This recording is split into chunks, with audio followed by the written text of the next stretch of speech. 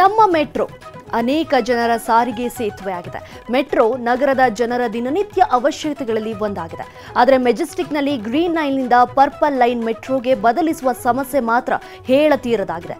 Majestic metro station ಪ್ರಮುಖ junction ಆಗಿದ್ದು ಜನರು ಮಾರ್ಗ ಬದಲಾವಣೆ ಗೊಂದಲಕ್ಕೆ ತುತ್ತಾಗಿದ್ದಾರೆ.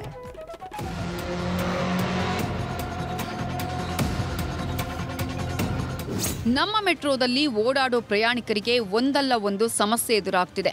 ಈ ಹಿನ್ನೆಲೆ ಇದೀಗ ಮೆಜೆಸ್ಟಿಕ್ ಮೆಟ್ರೋ ನಿಲ್ದಾಣದಲ್ಲಿ ಮತ್ತೊಂದು ಗೊಂದಲಕ್ಕೆ ಜನ ಈಡಾಗ್ತಿದ್ದಾರೆ. ಪ್ರಯಾಣಿಕರ ಓಡಾಡೋದಕ್ಕೆ ತೊಂದರೆಯಾಗ್ತಿದೆ.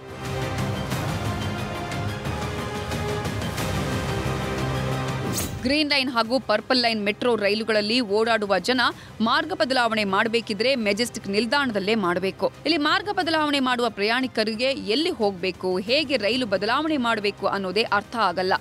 ನಮ್ಮ ಮೆಟ್ರೋ ಹಾಕಿರುವ ಬೋರ್ಡ್ಗಳು ಕೂಡ ವ್ಯವಸ್ಥಿತವಾಗಿಲ್ಲ. ಕನ್ನಡದ ನಾಮಫಲಕಗಳಲ್ಲೂ ಸೂಕ್ತ ಮಾಹಿತಿ ಸಿಗದೆ ಪರದಾಡೋ ಪರಿಸ್ಥಿತಿ ಇದೆ.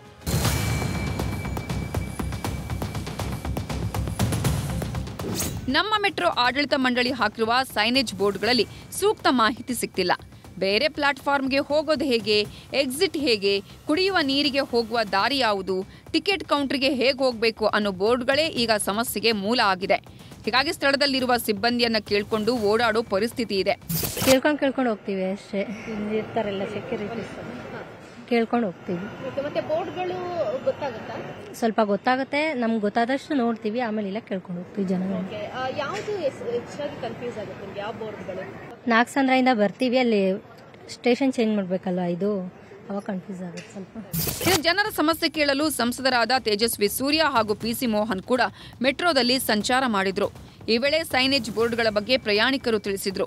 ಈ ಹಿನ್ನೆಲೆ ಬೋರ್ಡ್ಗಳ ರಿವ್ಯೂ ಮಾಡೋದಕ್ಕೆ ಸೂಚನೆ ನೀಡಲಾಗಿದ್ದು ಜನರಿಗೆ ಅರ್ಥವಾಗುವ ರೀತಿಯಲ್ಲಿ ಬದಲಾಯಿಸಲು ಹೇಳಿದ್ದಾರೆ.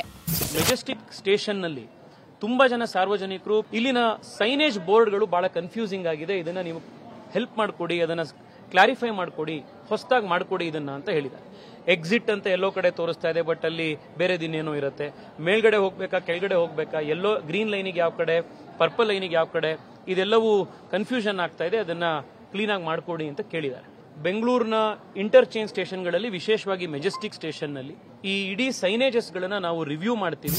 ಒಟ್ನಲ್ಲಿ ಮೆಟ್ರೋ ಪ್ರಯಾಣಿಕರಿಗೆ ಮಾರ್ಗದರ್ಶನ ನೀಡುವ ಸೈನೇಜ್ ಬೋರ್ಡ್ಗಳು ಜನರಿಗೆ ಸಮಸ್ಯೆಯಾಗ್ತಿದ್ದು ಆದಷ್ಟು ಬೇಗ ಈ ಬಗ್ಗೆ ಬಿಎಂಆರ್ಸಿಎಲ್ ಅಧಿಕಾರಿಗಳು ಗಮನ ಹರಿಸಬೇಕಿದೆ.